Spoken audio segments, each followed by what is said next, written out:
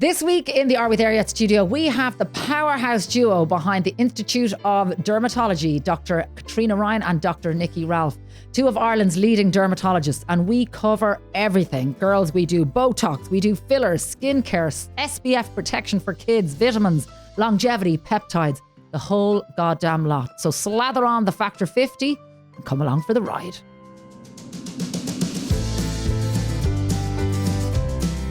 Caitriona and Niki, it is so lovely to have you in the Are We There Yet studio. Thanks, Kathryn. Thanks so much for having us on. So I wanted you guys on because I did the voiceover for the EY Entrepreneur of the Year Award. So that was when I really kind of got in behind the curtain of your business, the Institute of Dermatologists. And I went, these women are ambitious. They are kick-ass. They have drive. They work like nobody I've ever met before. And I just wanted to kind of get you in. Anytime I can talk about longevity, I'm like so hook, line and sinker, as people will know now. Anytime I can talk about skincare, protection. So I just wanted you guys on to come in and kind of give it to me for the next hour. So let's set it up and tell me a little bit about yourselves, how you set up the business and your backgrounds. So Caitriona, do you want to start? Yeah, absolutely. God, it'll probably take about 6 hours. We'll edit. Okay. So I'm a consultant dermatologist. I actually did my training first in Ireland and then went to Dallas, Texas. I was meant to go for a year. I was doing translational research looking at systemic inflammation and decided to stay. So retrained over there. The model of dermatology is very different over there. In private practice, people work together all under one roof. So you have medical dermatology, cosmetic dermatology, surgical dermatology, and then everything skincare. So it was an amazing model. And I ran clinical trials over there as well. So phase 3 clinical trials. I was the principal investigator for everything that was going on in Baylor. So I had a brilliant job over there, came back and started in public practice in Ireland. After about a year, I moved into private practice. Myself and Niki had known each other for probably we know each other about 25 years since we were junior doctors. You'd soldiered as junior doctors together. Yes. Had each other's back. You've done those 100-hour weeks. Mm-hmm. And on call together is nothing like being on call. Oh my God, my godchild at the moment, she is in Trinity. She's in her third year in medicine now. And I like, God almighty. I mean, it's just relentless. And she hasn't even done her intern year yet. But it's relentless, but great, I think. I'd still choose the same path all over again. But anyway, when I came back, myself and Niki were working beside each other in private practice, which is very different. In Ireland, private practice is the solo practitioner model. So we chatted and we talked about what I come from. Like when you have this, when you build a centre of excellence of a specialty, it means you're bringing the best people together. So people have different subspecialty interests. Like Niki's hugely into skin cancer. I'm more psoriasis, acne, inflammatory, and cosmetics. I did a huge amount of cosmetic training over in the States as well. But you're bringing different people under the one roof, and it means you're working collaboratively. So you've got all of you working together, learning from each other, which is much better for the consultant, but it's also much better for the patient. And then all of the dermatology nurses. So we have we have 14 consultants working together now. And then all of our dermatology nurses are laser therapists. So we've really changed the face of private dermatology in Ireland that way. So yeah, it's busy, and myself and Niki see each other more than I think anyone on earth does. And we still even work out together and do everything else together too. So you probably saw our lovely videos of Trika for the show. And it's like, oh my God, what are our faces going to look like? You're the cameras. absolutely nailing it as well. Yeah. So Niki, what's your background then? So the same thing. I obviously went into dermatology here, did my training here, and then my area of interest is photodermatology, photobiology. So essentially, what the sun does to our skin, and some people are allergic to the sun, and then the skin cancers that arise over time. So I was kind of over and back. It sounds so odd that the centre for all this testing is in Dundee in Scotland, which really doesn't see any sunshine, but the patients would all have to travel there to get tested. And then the National Photobiology Centre is in the Mater. So I spent years of my life working there. So I was a consultant there in public practice for 5 years. And then, as Caitriona said, we were working alongside each other. I was in private and then public practice. And then that's when we decided. And it's nearly 7 years ago since we opened the institute. Wow, And 7 then years. all of the other things have come after that. Yeah. And like, just think of how the world of not just cosmetics, but dermatology as a whole has changed. Like, even since you came back from Texas, when you arrived back into Ireland, and like how the world has changed in the last 10 years. It's phenomenal, isn't it? It is. It's absolutely, you know, when I left, so I spent 7 years in Texas and then I'm back like 9 years, almost 10 years now. But when I left to go to Dallas, like Botox was almost, you know, a dirty word. Yeah. And now, like even in the 9 years since I've come back, it's just part of normal life. Like everything has changed. I think skincare has exploded. Like the whole world of cosmetics really has as well. So I think. And why do you think that is? Why do you think that is? Because there's no way 10 years ago or even 5 years ago, I would have put my mugshot on RTE on a primetime program with me getting needles stuck in my face. There's no way I would have done it. Like it was kind of even hush hush 5 years ago. You know, I think I probably admitted to on my own Instagram platform maybe about a year or two ago that because people were saying, what skincare do you use? What skincare do you use? I was like, well, I use really good skincare and I mind my diet and I exercise 4 times a week, but I get Botox, lads. You know, at 47, you know, I do get a bit of extra help. And I was like, I'm not going to not admit that. You know what I mean? I think I think it's definitely normalized. But if you think about it, like, you know, we always thought getting your hair dyed was very, very normal to do. And that's pretending you don't have grey hair. So I think it's, you know, I know they're different, but I think, you know, different things become normalized over time. It was definitely normalized in the US like a decade ahead of us. But hugely, it's been social media and the generations that, you know, myself and Niki are the same age as you, Kathryn. But the generations after, I still see patients of our age come in, they go, make sure my sister doesn't know I'm getting this, whatever. Like I might be seeing something. Oh, really? And the sister's getting it too. Like everyone's hiding up from each other or whatever. Whereas the people who are in their, say, early 30s, they're all boasting about where they go. It's just so normal. It's part of, you know, what's acceptable. So there is a generational shift for sure. And I think that's because in their era, social media has really dictated that this is not only acceptable, but it's almost what you're meant to be doing, which I don't necessarily think is the right thing either. So And social media has changed everything. And actually, like something I feel very strongly about is that it is moved back in generations to as early as kids now. So it's something that we need to put a serious curb on. The fact that there's, you know, kids 7 and 8 years of age doing skincare regimens and 10 steps, like appalls me. I think it, you know, it's time to move in on that. And that was kind of an eye opener for me doing the doc. I mean, a lot of my friends would have kids who are 12, 13, 14, who like have issues with acne, have issues, you know, and it's really important not to kind of, you know, paint everybody with the one brush. When kids need skincare and when they need their skin looked after, it's really important that they feel, because my brother, who lives in Australia now, and I remember when he was 14, he had the worst acne that I had ever seen. And I remember he went for about 6 months. He ended up going on Roaccutane, but he was 6 months living under a hoodie. He didn't go to school for 2 months. Like it was so debilitating. It was his entire face, his neck, his back. And honestly, it was so bad. So I think it's important, you know, to kind of acknowledge that, you know, when our teenagers need that when they have care. a medical condition. Exactly. Correct. Oh yeah, absolutely. Yeah. Like and God, you know, I mean, I'm sure you've seen we see a much. huge we amount do a of it, huge amount of severe acne.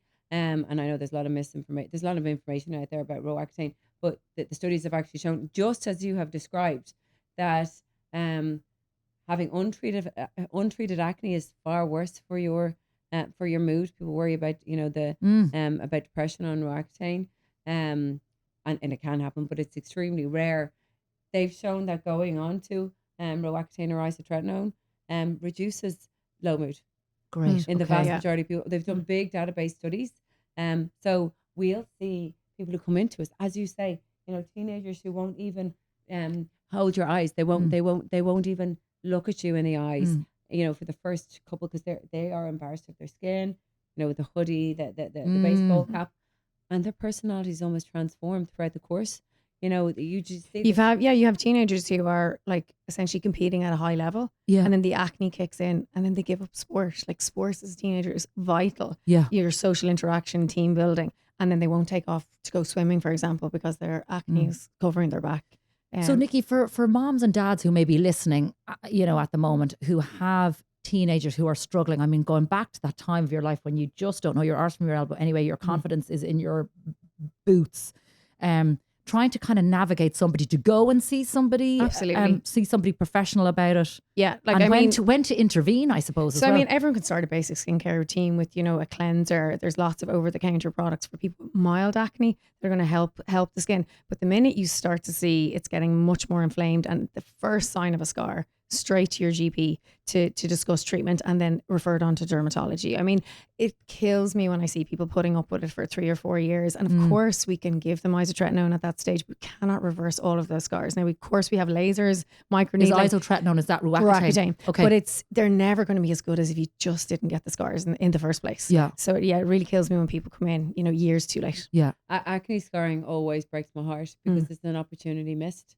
And the scars are forever. You can use lasers that will improve them. You'll never fully get rid of them.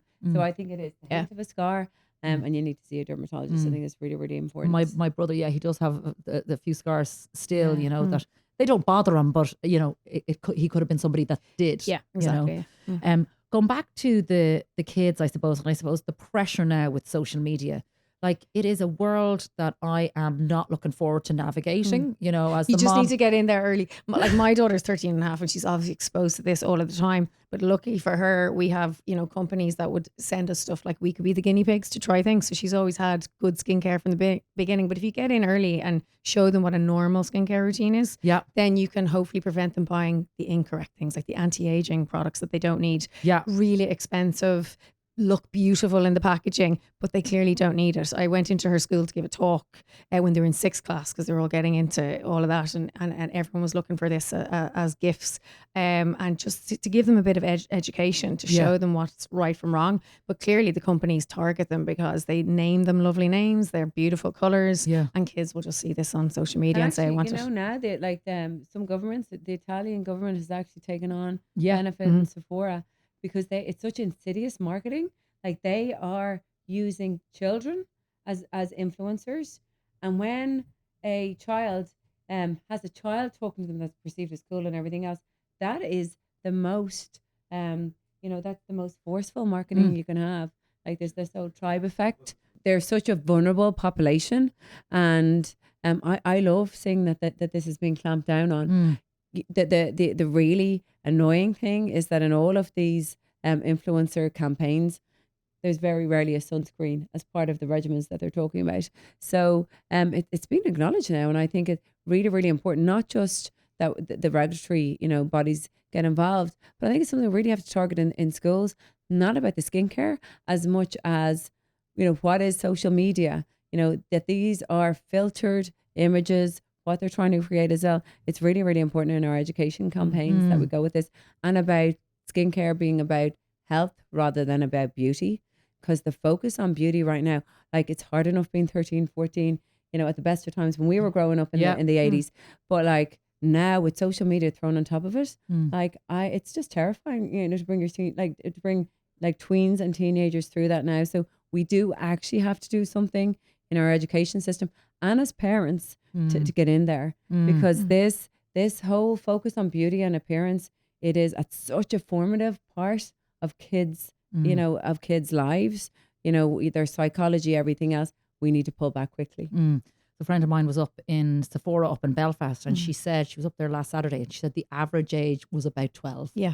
And running around and the baskets and the colours and looking at what else somebody else had in their basket. Like, it is. And the cost is phenomenal. €110 for some of these moisturisers. Crazy, and skin barrier protection creams. Kids don't need skin barrier protection creams. There's never a time your skin is so perfect. As a child. Perfect collagen, perfect everything. You're physiologically perfect. Yeah. And if there's one thing, if we get these, like, if the government could bring in little mini influencers who talk about just washing your face and putting on sunblock, and that Job is all done. you need. Yeah, Brilliant. Because actually, if you can get them using sunblock at that age, if that's the only thing they do, like, maybe a cool sunblock, that is the time our skin cells are damaged by UV the most. Your cells, before the age of 18 are much more susceptible to DNA mutational damage from UV than when you're an adult. So it actually is really important to be doing the sunblock then. Oh my God. Like, like this is a real trigger for me because That was you, at Kathryn, was 47, it? like I travelled with no frontiers, right? So I took off with a bag on my back, and I was more concerned about where I was going to get a beer at the end of the day than putting on And my probably sunblock. When I as brown think as a about berry. it, Oh yeah. I tan easily, right? But I remember going into a dermatologist about, God, it must have been about 10 years ago, and I'd just come back from a trip, right? And I walked in, and he said, "You're really tanned," and I said, "Thank you." Like I said, thank And you. you get a 10-minute lecture Oh, after that. fuck, I was like, oh my God. And he was just looking at me as if I was some sort of idiot, you know? So talk about because am I right in saying skin cancer is the biggest cancer in Ireland? Yeah, absolutely. So it's the largest organ in your Why body. are we not talking about that more? We try. We are all the time. No, we are. We try. I mean, I always think sometimes Irish people think there's a different sun, like there's the sun in Ireland and the sun when they go to Spain. Yeah. I mean, we look at the cloudy days. Clearly, our weather has been desperate in the last 4 months, and people just think, oh, it's totally fine. We did a scientific study back in the Mater with physicists looking, and the only month of the year that you cannot get significant UV damage in Ireland was January. In fairness, we're all so covered up. There's barely only our faces exposed. But after that, you're going to get UVA through glass. If you sit in an office beside glass, drive your car, a lot of people will be more damaged on the right side of their face, more skin cancers on that side. And then UVB is kind of at its peak, which is the burning rays of the sun from May to the end of September. But people often just look, oh, is it a blue sky? It looks like it's 25 degrees. I'll put my sunscreen on. And they'll be much better at putting it on in Spain than they ever will. But most of the sunburns are here. You know, kids that are out playing sports for the whole day, you do need to reapply that sunscreen every 2 hours. And people never put on enough, first and foremost. Get on in the first place. And they never reapply, you know. So yeah, So I should be putting on sunscreen on my kids Every day. every Every day. Saturday. Like not every Saturday, for but GAA, hockey, whatever. but it is every around day here. they go out to school, I should be Yeah. putting. I don't Yeah. do that. Mine do it every day. Yeah. And the thing is, you So get are we talking like age 4? Yeah. From Eight, 6 months. 6 months or not, it's not like essentially licensed. Because so you know keep the way them on in the shade. holidays, right? And I'm admitting this. I talk before I think. Paul can edit this out if it makes me come across like a really incapable parent. But you know the way you're on holidays, right? And the biggest fucking pain in the arse is lathering the kids up in the Rash morning. Suits and Oh, suits. rash The vests. rash Rash vests. vests. There's Yeah. nothing like them. I Yeah. even tried one myself for a while, but I kept taking off my fake tan. Actually, that's it's probably one of the Yeah. best things that has happened to Ireland. I know lots of people won't agree if they have to wash the sheets and everything else, but I myself, I will admit, before I was a dermatologist, I used to do sunbeds. I was obsessed with having a tan. And like we are, like still kinda I'm not am. just white. But yeah, so I mean, am there's but studies it's a looking fake at tan like now. psychologically we feel better. You know, even the bad weather. I look better with a tan, I'm sorry. Everyone does. Your outfit looks better, but we now know the damage. You know, Yeah. but fake tan is like the only tan is a fake tan. Simple Yeah, as that. the only safe tan. And actually, I did a lot of research into it. It's not just that we think we look better. Other people think we look better with a tan. It's been shown in studies. They'll give someone with a tan a job quicker. They're perceived as healthier and as thinner than somebody who doesn't have a tan at the same size. So like it makes sense. But now we have fake tan, and it is like there is zero risk with fake tan, and they're doing so well now. So I feel like that will reduce our like a certain degree of melanomas in Ireland because people were baking themselves up to this time. What are the statistics when it comes to melanomas? What sort of different skin cancers are out there? And then what do we need to be looking out for? Yeah, so I suppose the commonest in Ireland are the non-melanoma skin cancers. So Yeah. the basal cell carcinomas and then the squamous cell carcinomas. So they're really like, they can start off as a pink spot that won't go away, a shiny kind of pearly spot, even like what looks like a scaly plaque. So like I like to say to my patients, if you have a spot or something that has not gone away in about 4 to 6 weeks, the skin cycle is up to 28 days, then get it checked out. Obviously, particularly as you get older. But anyone could get an acne spot and be there for 2 weeks and then it disappears. But yeah, you're looking for something that's not healing. And then when it comes to melanoma skin cancer, you're looking for like a new mole that appears as you get older, or a mole that you've had that's changing in the shape, the size, the color. So essentially the edges are starting to spread out. It might be darker on one side or pink and brown.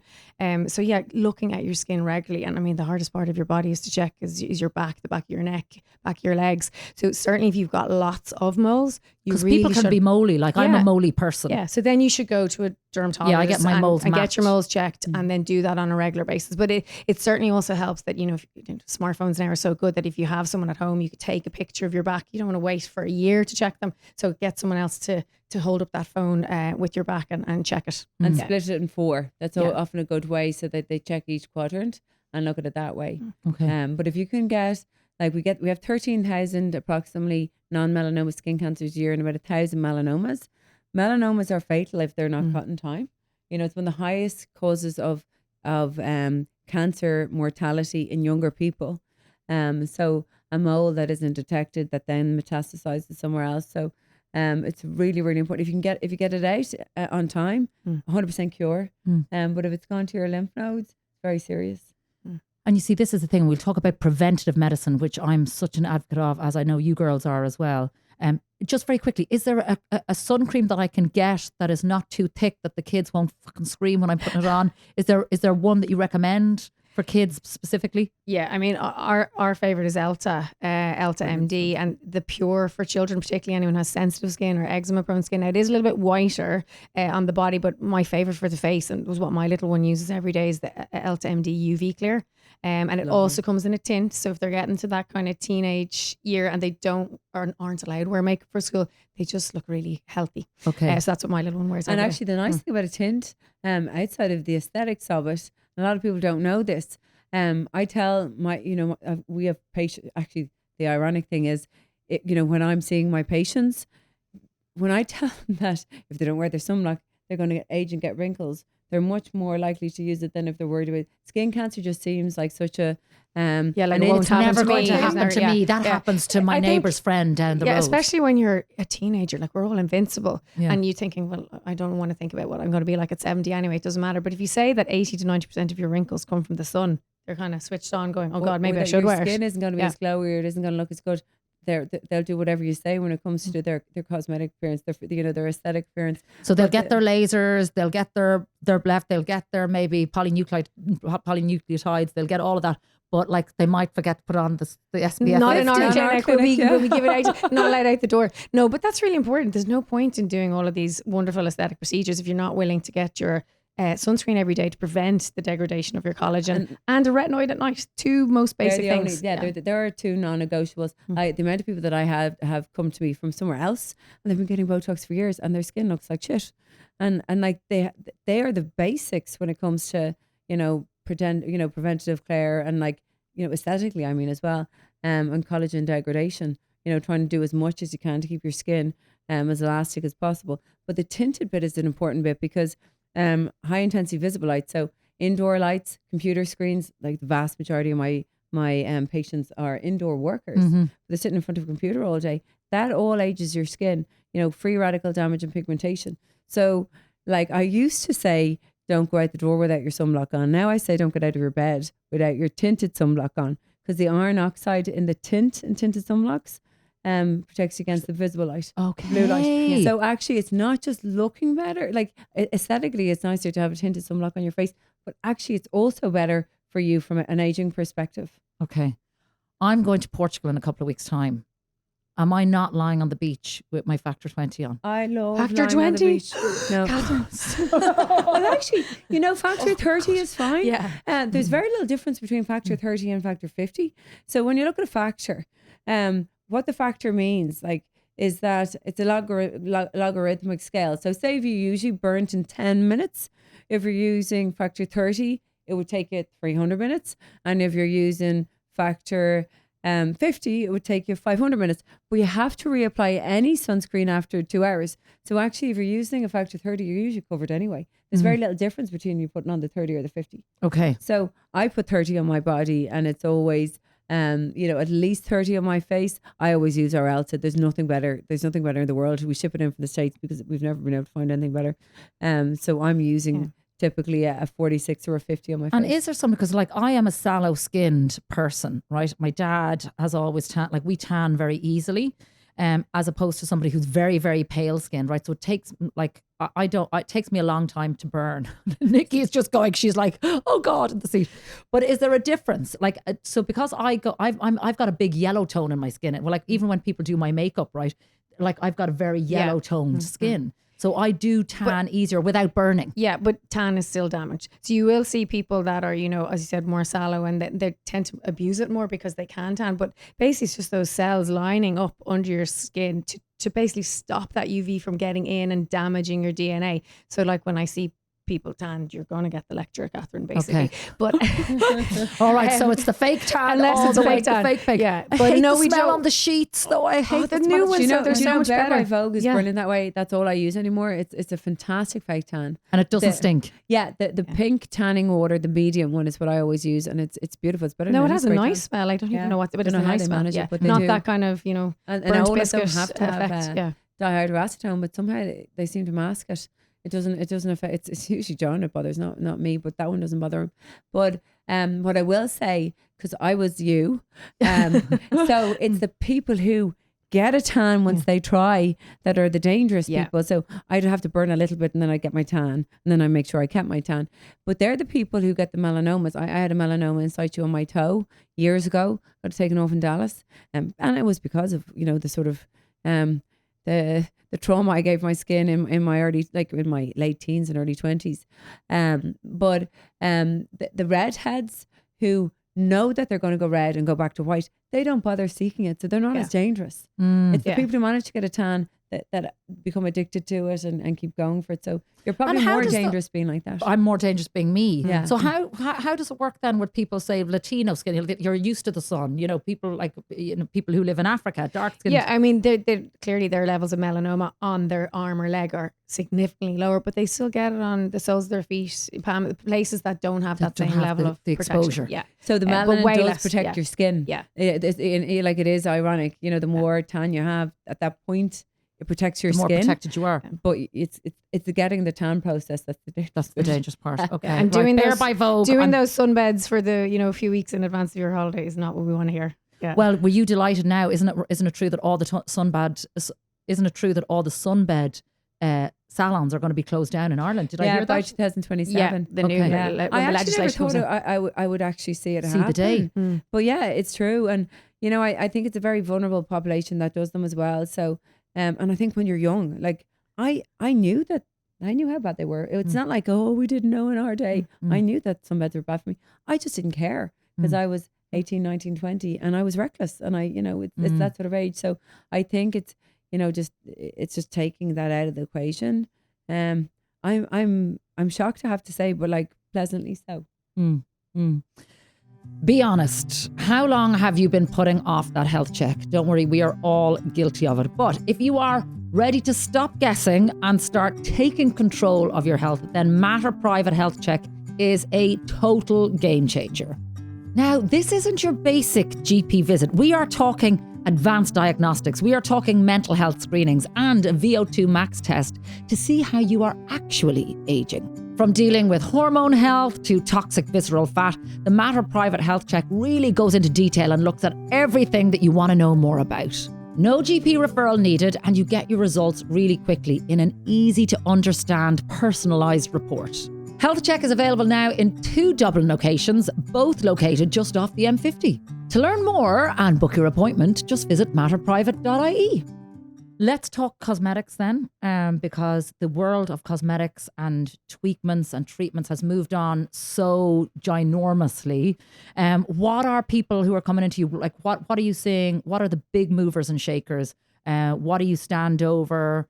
Like what's sort of zeitgeisty right now? So I suppose I in the States, cosmetic training is a huge part of the dermatology thing over there. So, and I think the States are always sort of a decade or two ahead of us. Like you see the mistakes happen in Ireland and the UK afterwards. I think the biggest shift, Kathryn, and again, it's something I really, really welcome. God, it was, and it's only really changing now. There was such an era in the last 2 to 3 years of horribly overfilled faces, like women who were beautiful just becoming this warped pillow face look, and looking older and I think scarier and definitely less attractive for what they were doing. I think the shift really now has been into, it's a really trending term, but I actually like it, collagen banking. So everything you can do to induce your own collagen. And that gives you a much more subtle, elegant look. It's always what we've done in our clinic anyway. Like we're very much results oriented. Now we have a different demographic maybe. You know, the vast majority of people who come to us are women our own age. So sort of perimenopausal, working professionals, and maybe a little bit more educated in those sort of ways as well. And they come in saying, I don't want to look different. And like that's what we're going for anyway. Like everybody already knows what age you are. Like your pals all know what age you are. You just want to look the best you can for your age. It's like having a good hairstyle, wearing nice clothes. It's, you know, best face forward, but it should be your face. It shouldn't look and like have techniques changed? Has botox changed? Has the like the ingredients in filler changed over the years? All of the above, I think. Yeah. Definitely. You know, and the botox techniques have. Nobody wants the frozen face. Like our patients are coming in to say they want to look rested, is the word you often get. I just feel I look tired. Yeah. So they're looking for. They still want movement. They don't want to be able to slide across their forehead with shine. So they're looking for a more rested version of themselves, especially in perimenopause. Like maybe your sleep has gone out the window, and you're just looking for your eyes to look a little bit more open and look a little bit more rested. And the clinical trials back years ago, you know, when Allergan like released Botox, it was a very cookie cutter sort of approach, but it was to stop movement. And actually, when you look at somebody, and I often say this to my patients, so say, Kathryn, you walk into a room at an event or at a meeting, and you see someone across the room for the first time. It's in a nanosecond that your brain works out if that person is 30 or 60 or 90 and how attractive or youthful they look. And you can't see a single line yet. They're too far away. But you know it already because our brains work out patterns, ratios and proportions are everything. So it's actually what we're going for is what is the youthful, beautiful aesthetic. And you learn a lot about that in the science of aesthetics as well, but it's eyes being open. So when you paralyze someone's forehead, you know, the forehead muscles raise the eyebrows. If you completely relax those muscles, they have that awful robotic look, but their eyes look smaller. They get hooded eyebrows. They look angry. So they're not as attractive to you because you don't want to talk to this person who looks angry. You want to talk to so all of that is important too. It's not about lines and hollows. And I think that's something that we really try and drum into the residents that we train. We train the dermatology residents in Ireland as well.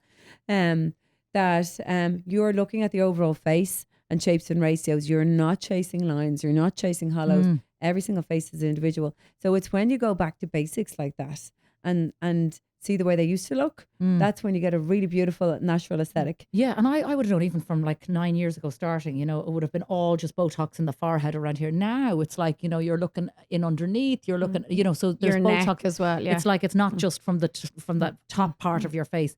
And Because that's a continuum. Yeah. Katrina's bugbear is beautiful face, and then the neck is the giveaway. And the back but of you the see, hands. but this is the thing, right? Yeah. So, and here's where You look I kind of don't weirder. know where to stop. Here's where I don't know where I stand, right? Because I've been, as I said, getting Botox for the last number of years, but now I can see my neck, you know, even that side profile, and it's something that myself and my friends talk about a lot because all of a sudden the little bit of neck sag starts. And that's so to where do does with- it stop though? Like, Well, it doesn't because have to stop. like now we're looking, now it's our face and then it's our neck and like They you know, are a continuum. They really are. And then that's why we're saying to people, make sure you put your sunscreen, not just on your face. People are really bad culprits. Bring it down onto your neck and your décolletage. That's really important. And your retinoids. Yeah. So like there's nothing more potent in skincare when it comes. It's the only thing that really makes a huge difference in collagen production is your retinoid every night time. They're my two non-negotiables. And when a patient walks into the room, I know if they've been using the retinol or not. She'll point it And out. and Yeah. I can see you haven't been using it the whole time. I can look at your face and see it from your sebaceous hyperplasia. I can look at a patient and know. and are you So- putting your retinol All the down, way onto- down. all the way Yeah. down? Because Okay. that disconnect when somebody and you see it even in weird face ups when someone's done their face and not their neck. Like when somebody is sort of perfect to their jawline and then just goes like that, they'd be better off if they did nothing. It looks so warped. So I think when it comes to neck, and this is all, you know, we're very light touch in our clinic as well. We don't want people getting obsessed with anything, but it's addressing things. And I suppose it's where the term treatment comes from. There's great treatments you can do for your neck that induce collagen in the neck, like therapy or CO2 laser that really tighten that. it's not that you don't need Botox in your neck. You don't have to take placebo bonds made. Your Botox looks great, by the way, Kathryn. But She tell you it wasn't. She was looking at my neck there. I could tell. People always do that. They're looking at me. Gambiz, I know you said on the documentary, does it, and he's excellent. But it's doing things to actually help with that skin elasticity. And again, that's collagen. So you're looking at different things to do that, things that induce your own natural collagen in your neck. And that would be, we use some injectables like Sculptra, that's a biostimulating filler, and then old therapy and CO2 laser work really, really well to do that. Because it's it's often women just see it one day and then they can't unsee it. They're like, oh my God, when did that happen to my neck? And then they start freaking out.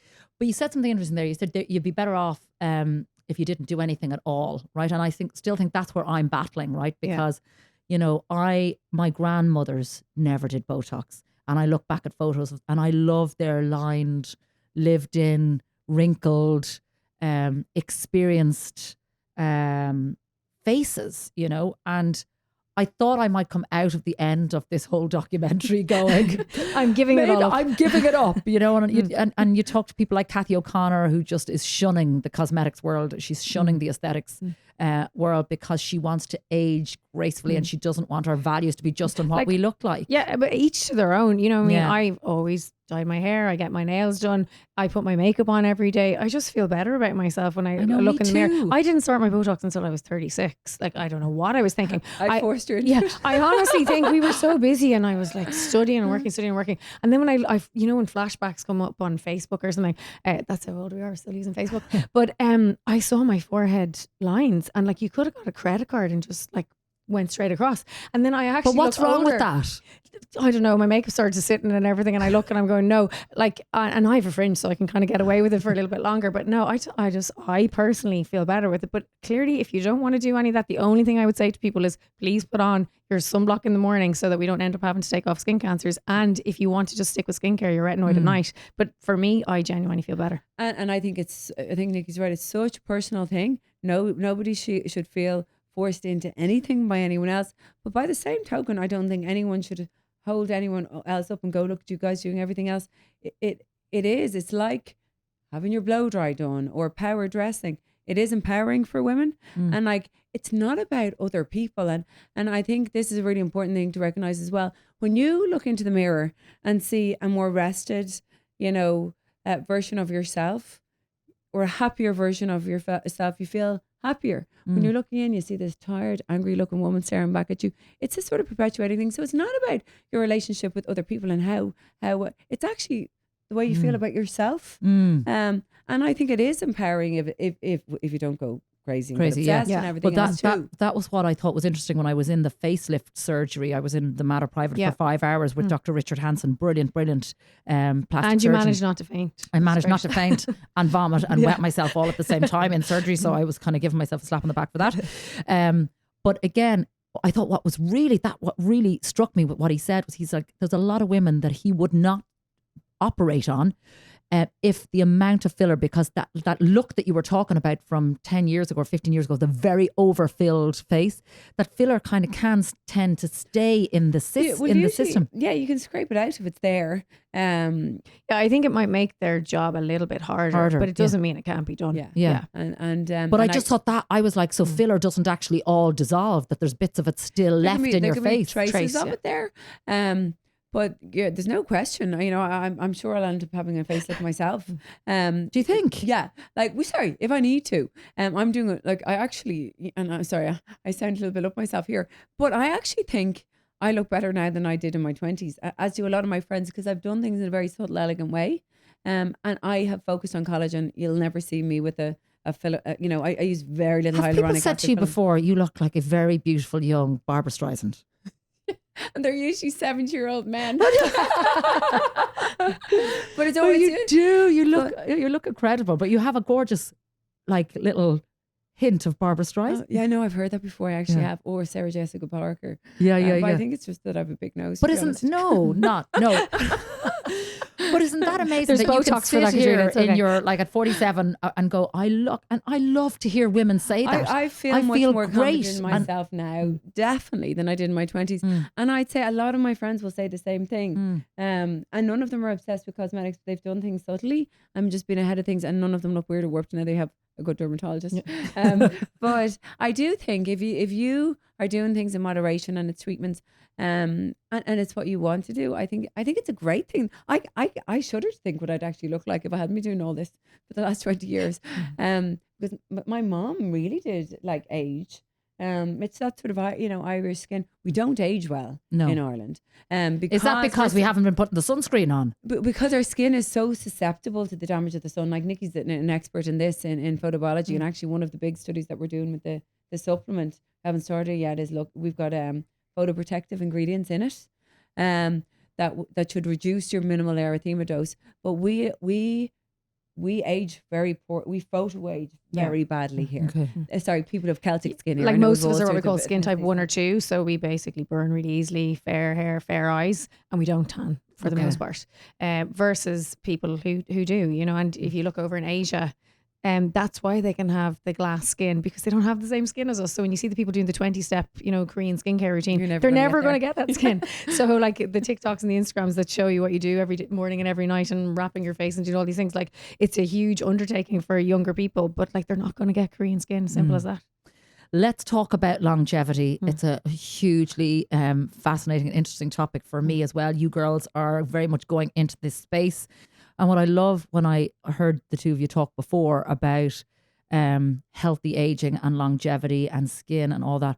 I mean, you can do all of this. You can take all the supplements in the world. But when it comes to lifestyle, and this is what I've been banging on about so long, like need the four. It's everything, all the pillars. I mean, like you need to work out. Oh, totally. Exercise is the number best one medicine. Yeah. There is nothing that improves longevity, and this has been shown. There is, and when I say longevity, I don't mean living longer, because actually we don't really want to live longer. We just want to live better for every decade.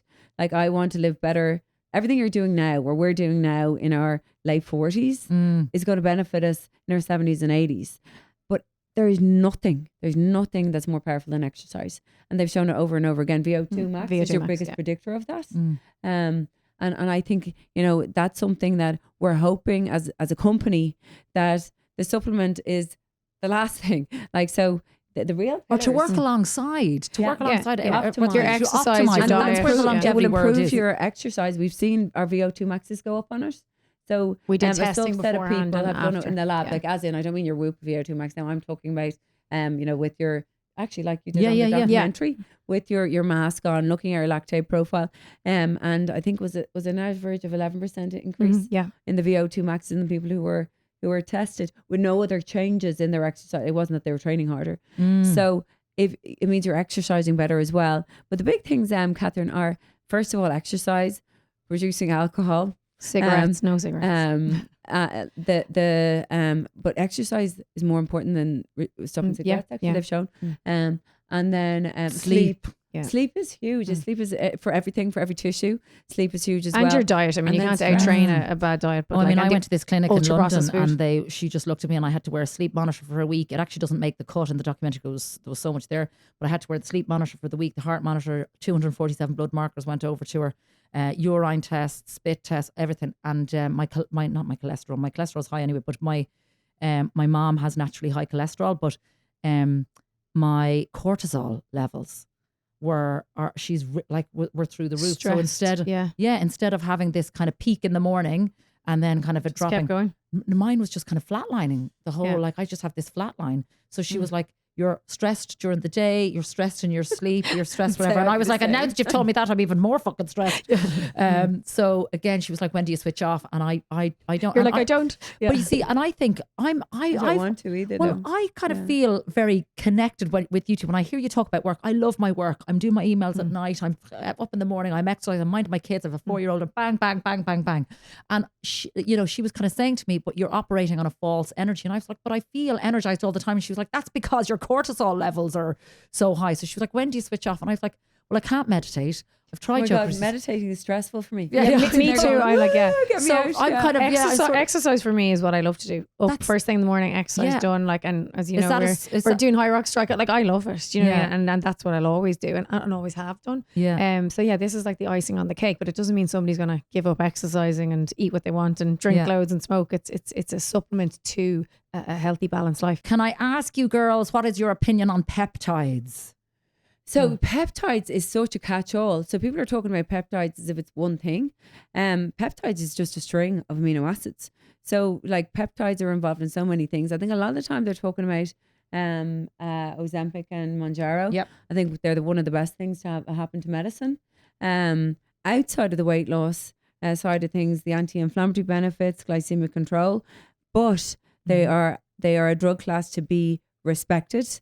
Like, so important that nutrition is good, protein intake is good, making sure you're getting the RDAs of all of your vitamins, minerals, and that you're getting to the gym. Muscle mass is so important if you're on GLP-1s.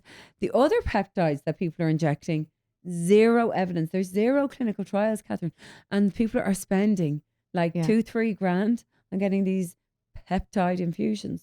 Like they're And potentially dangerous. Like, we just don't know. Like, there's But like a lot of my friends, a lot of my gym bunny friends are taking these peptides. It's like, and they're coming in from China. You've no idea. They're coming in from, like, none of these are FDA approved.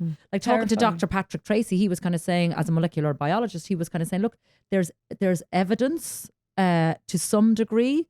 There are many doctors out there that would say there is, good evidence to their potential, but that we are just not there yet. I mean, is that because there's potential with these peptides and it's just going to take us so long to get them FDA approved? Or It doesn't take so long to get FDA approved, actually, Kathryn. And I think there are, like, I can't explain the amount of cowboy medicine that's out there.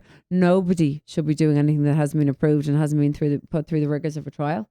So why are hundreds of thousands of biohackers doing it? Because of social media, every viral trend, the amount of things that people are doing because of TikTok and YouTube and everything else, and it's But quackery. isn't that scary as fuck? I'm sorry. It's terrifying. Like the fact that we are now injecting, like we got 10 years after the GLP-1s, an incredible treatment for diabetes, now an incredible treatment for obesity, but like the rigorous testing that had to happen and the decades that had to happen. Now, literally, I can think of 5 of my friends who are literally just getting this stuff and injecting before they go to the gym for better. And I'm just going, But what they're the getting it fuck? Are you online putting it in- through black market. Like, even the people who are But how doing are the that. HPRA not stopping this stuff coming through? So the HPRA, I have to say, the HPRA are really, they're all over a lot of this stuff. It's just very hard to catch it because everything is done through online processes. But I wouldn't touch the stuff, Kathryn. Like, until there's evidence. GLP-1s are completely different kettle of fish. They have gone through all the rigors. They've got, and it's so important. These are our precious bodies. And it could be 5 years down the line, they realize, oh, Jesus, like these peptides have been, feeding tumors. They've been, like, they are amino acids that signal to proteins within the body. And there isn't. The molecular pathways haven't been followed, and they haven't been, they haven't been put through any real human clinical trials. Can I ask you then, just because, like, it's the one thing when I'm lying there in Gambus's chair getting my botox done, and here am I had my toxicology levels done, I got new saucepans, I got my air filters in, I have a new tap in the kitchen for the water, I now wash all my leaves and my spinach and my fruit in bicarbonate of soda for the best, and then I'm lying there getting a toxin Catherine, put can in I my say, face. no wonder your cortisol levels are high. But then I'm lying there and I'm getting a toxin injected into my face. So botulinum toxin has been around for over Long 50 time. years, and it's been used in lots of spheres of medicine, and it's been shown to be really, really safe. So the other stuff, like, again, this is from all the people who are following around on the documentary, is it? Bicarbonate of soda. Bicarbonate. No, It's going to take away all those wash it. preservatives That's and what I do. I toxins. wash all my fruit and veg now in bicarbonate of soda to get rid You of have to come and pesticides look at on your it. fridge now, so you find like hundreds of injections You pulling look at out. my fridge and it's just wine and Sheridan's cheese. Like, and then I go, like, it's All great about for the my balance. aging because the one thing I take from when I start panicking about like what's killing me in the world, because literally after 6 months doing this, everything can kill you. And I go back to Tilda, and I go back to Colin McClory from the Tilda study in Ireland, looking and researching aging in Ireland for 30 years.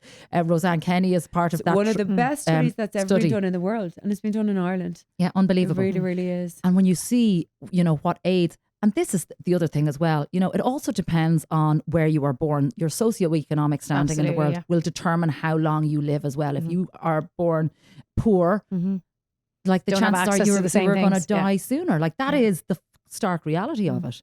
But when you look at the Tilda study, again, like exercise delays aging, healthy eating delays aging, smoking exacerbates aging, excessive drinking exacerbates aging.